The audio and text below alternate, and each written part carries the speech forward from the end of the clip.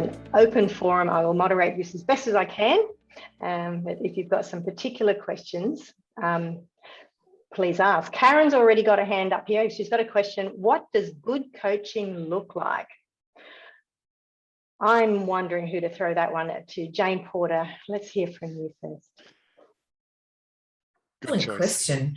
I'd say good organisational coaching, if I might insert that word into the question, because that's the frame that I can speak from, looks like something that has that gets results. So it has an impact for the individual that's being coached. It has an impact for the broader system in which the individual sits. So whether that's the coaching in the context of their team or the coaching in the context of their role, because as we talked about a couple of times today, coaching doesn't just happen for coaching's sake, it sits in service of something. So when we take on a coaching engagement, we're looking at what's the organisational purpose of that engagement, as well as what the individual's seeking to achieve for themselves, for their team and for the organisation. So the nutshell version would be it gets results. If you take the question from the perspective of what's happening in the room, what you're observing is deep thinking, you're observing thinking expanding, frames expanding, perspectives expanding, ideas and strengths coming forward that perhaps weren't accessible before. And then from that expanded thinking, actions being committed to that then form an accountability loop from one session to the next. So again, to nutshell that, what's happening in good coaching is insights are being generated and actions being taken on those insights. Does any of the faculty have something else you'd like to add to Jane's amazing answer? No? Okay, there's a few I guess logistical questions about the programs, which I think Holly and the team will be able to answer. Maybe I can throw one out to some of you today.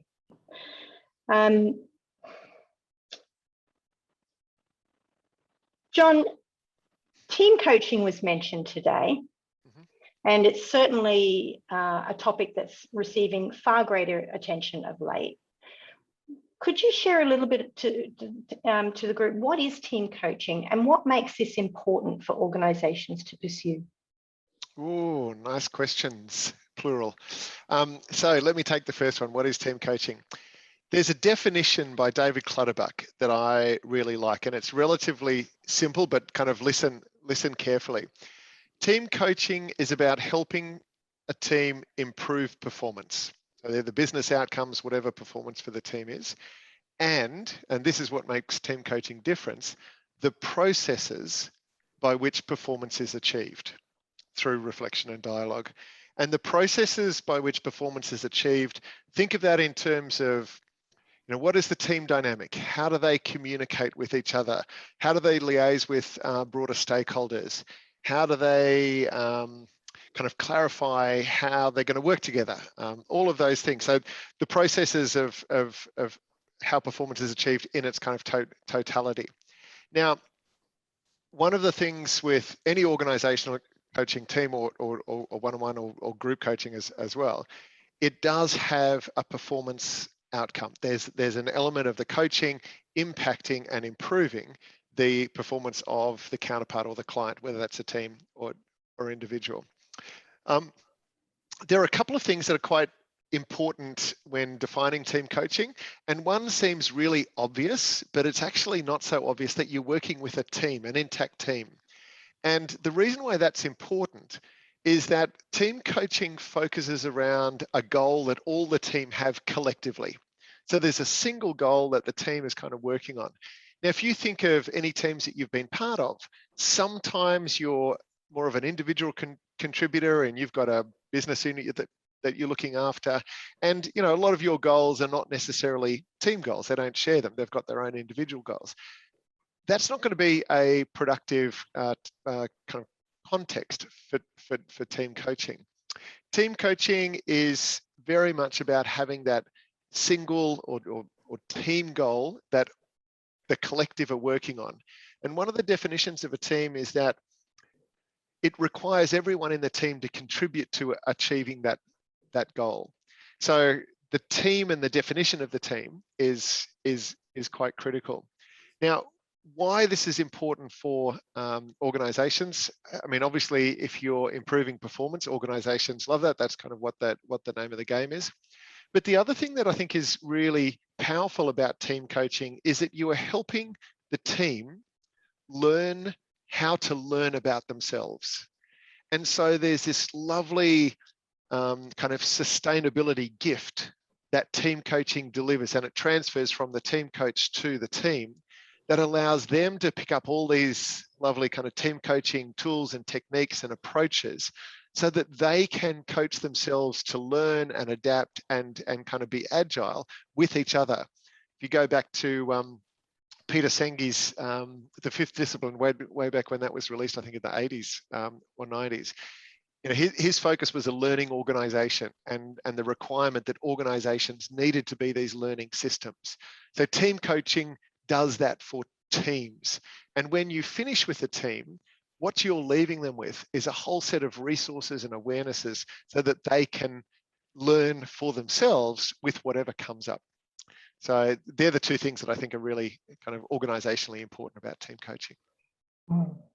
And is there much difference in doing team coaching in person versus virtual? This topic is coming up a lot lately with everything we do in the world. Look, yes, there is. You know, there's different dynamics. There's obviously, you know, delivering a workshop virtually is different to delivering it in person. Team coaching is very different online. But is it effective? I think would be the question, rather than is it different?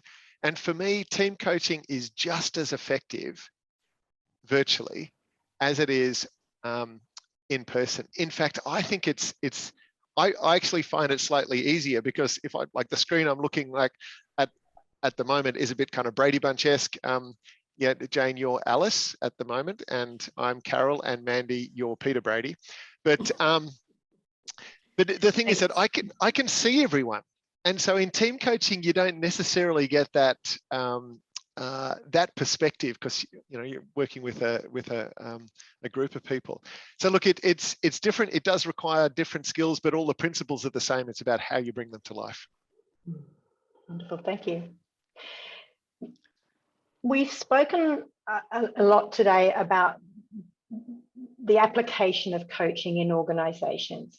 And I guess off the back of that, this idea of a coaching culture, which, you know, I think, or applying coaching in the service of the business.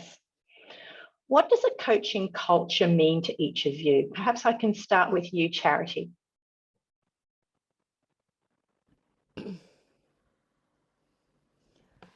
I mean, to me, a coaching culture is almost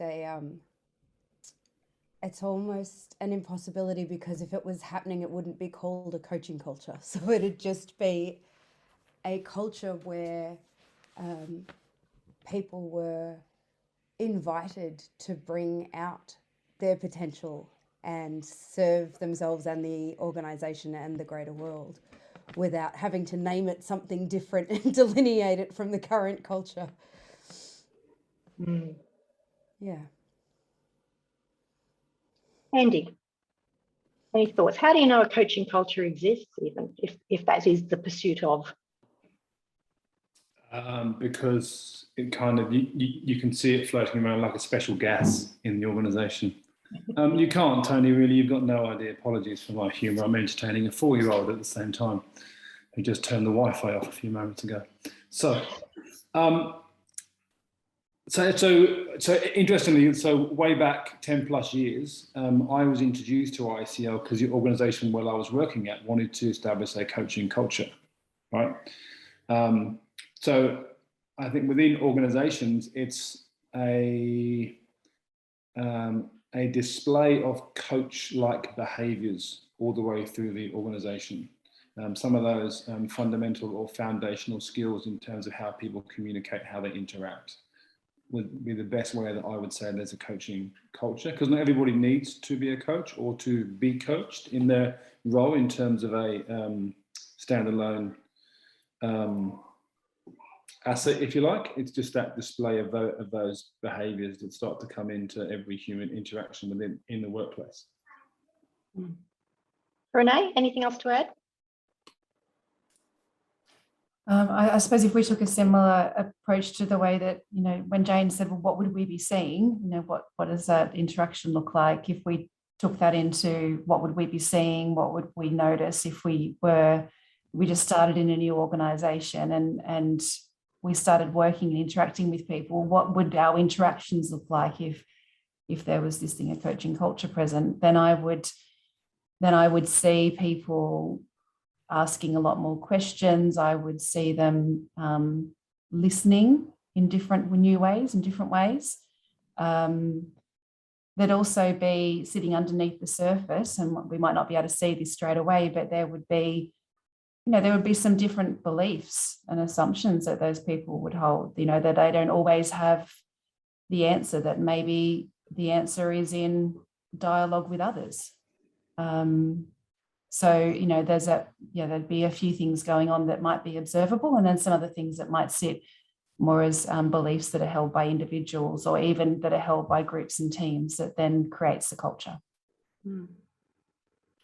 So my sense sometimes when we're talking with clients is that it's an aspiration, and there's some difficulty sometimes in achieving it. What makes it so? And what is it that HR business partners or leaders could be doing to enable that to happen differently, do you think? It's a question to all of you. – Happy to jump in and go first and start the ball rolling. I think there's so if you were to observe coaching, or great coaching was one of your previous questions, it's a very patient, very subtle kind of relationship.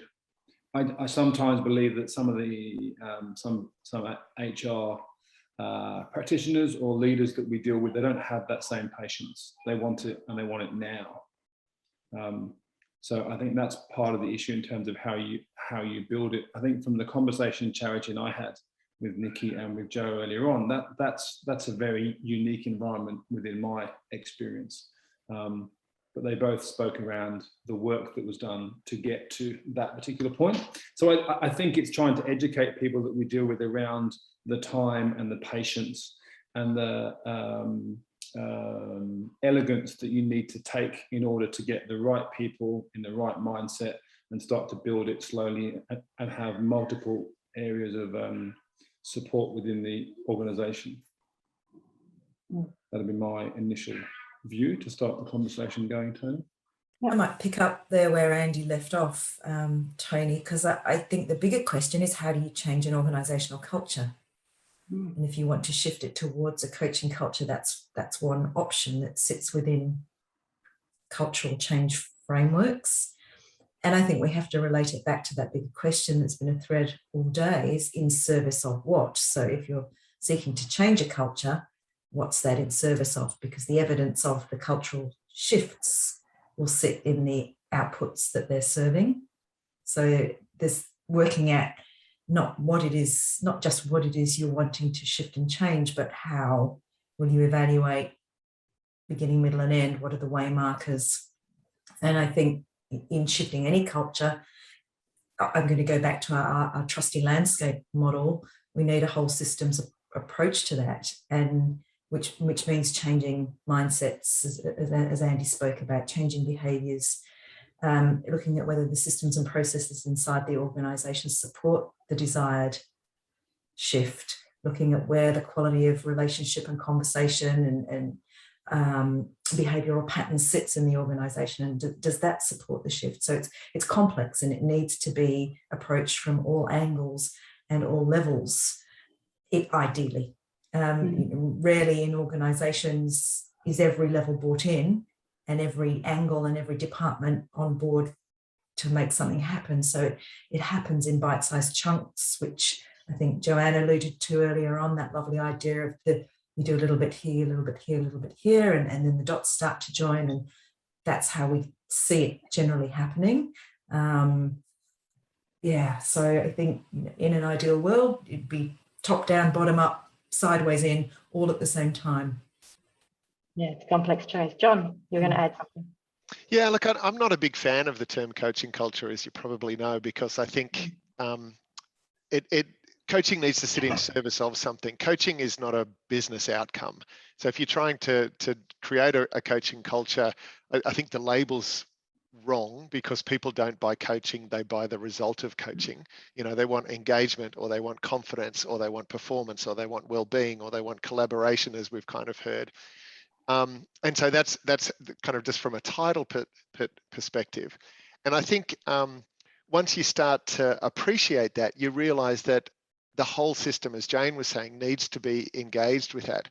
And when you start to kind of redesign or reorganize businesses or organizations, then what Andy said around patience starts to come in. And there are just so many things that influence each other in these complex systems called organizations.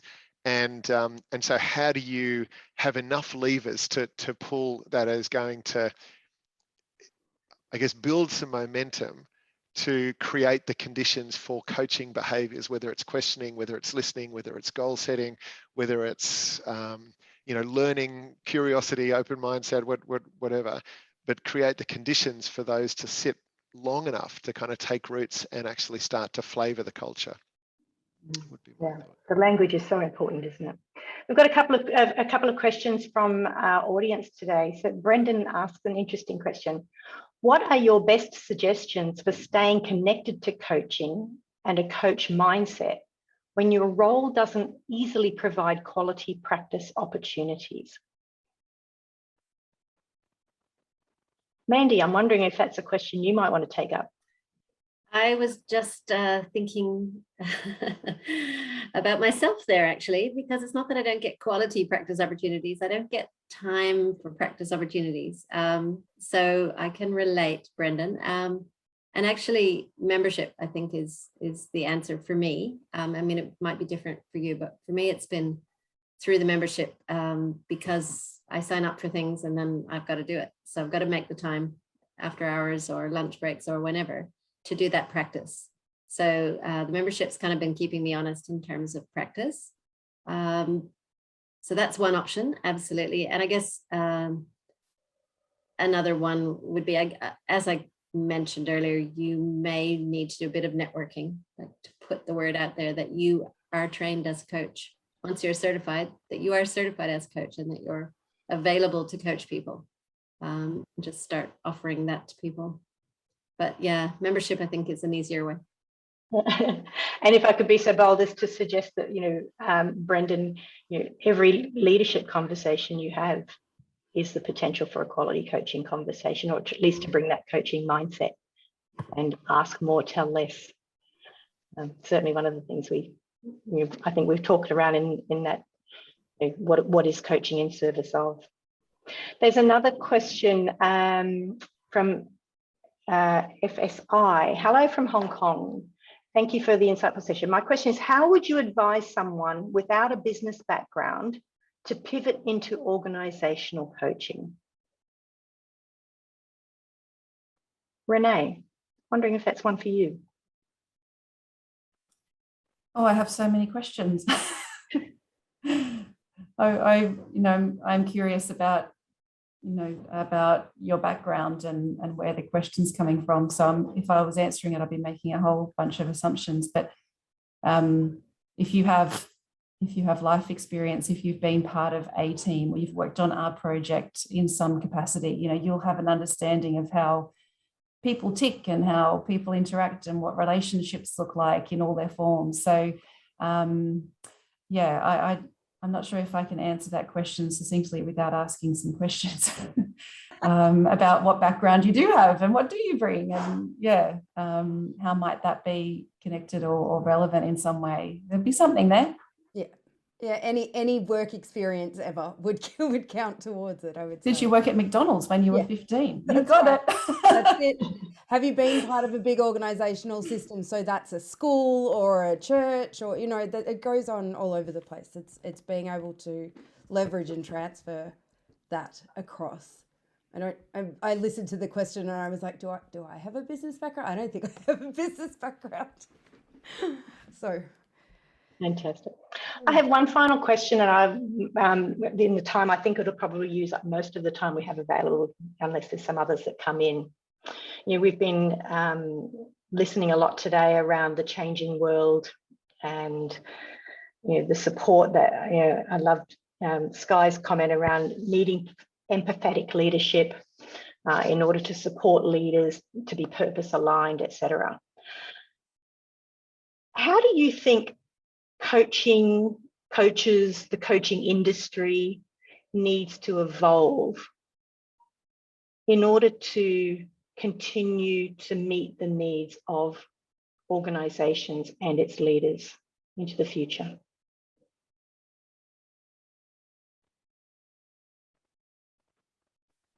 There's a big blank space there, so I'm going to hop in. I also suggest we're probably all going to say similar things, but I'm happy to be proven wrong on that as well. I think that organisational coaching needs to keep, probably more than it does now actually, looking to organisational outputs and desired outputs as a reference point. I think the industry has emerged from an inside out perspective. You know, there's some great coaching happening 20, 25 years ago, some competencies were built. It's only in more recent times that evidence bases have been put around that. Those competencies have been really tested through research and have evolved. So I think we really need to look more to what coaching sits in service of.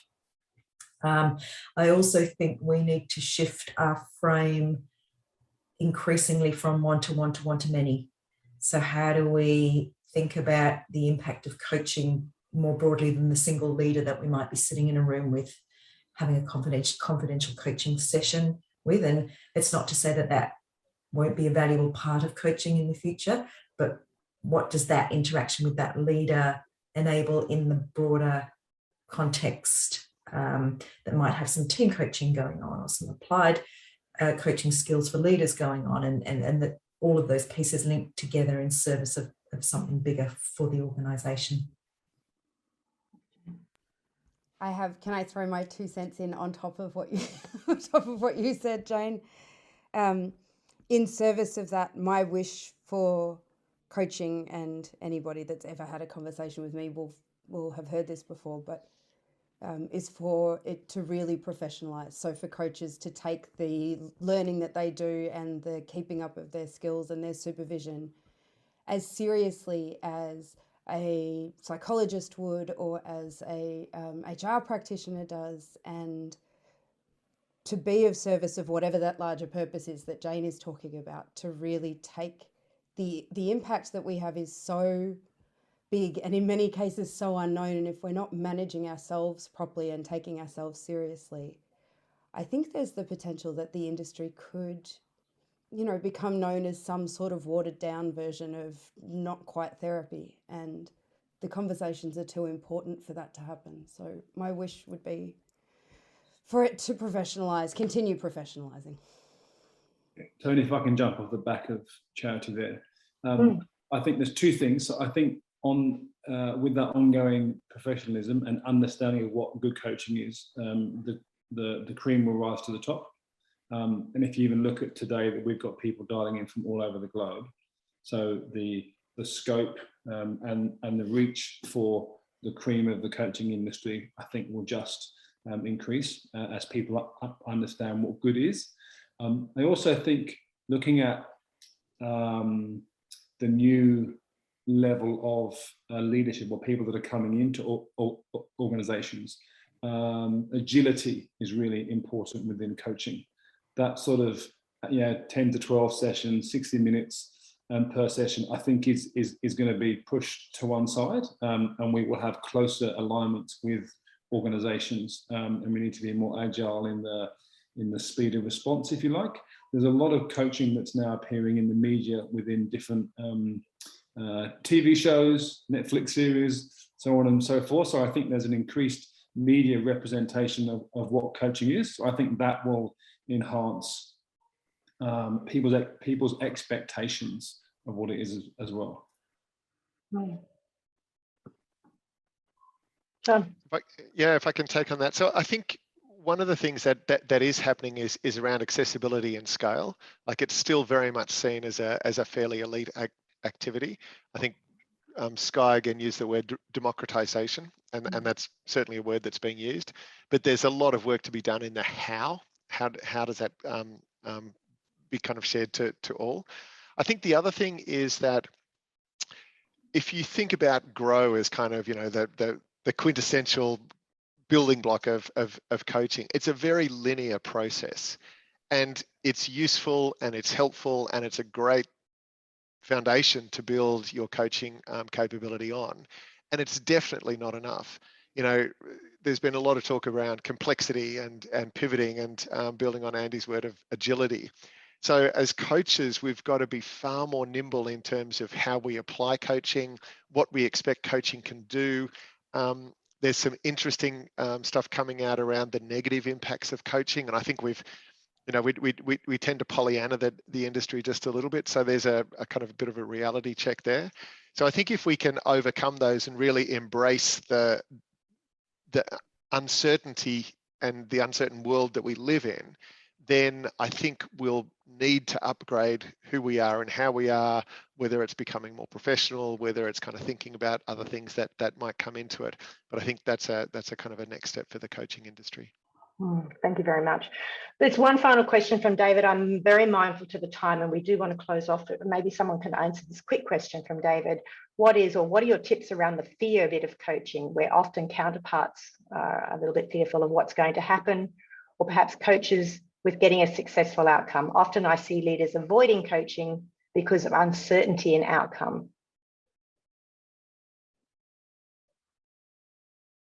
Maybe I can jump in and Thanks, Renee. Answer if I focus on those sort of being offered coaching or coming for coaching, the counterpart piece, and addressing that fear.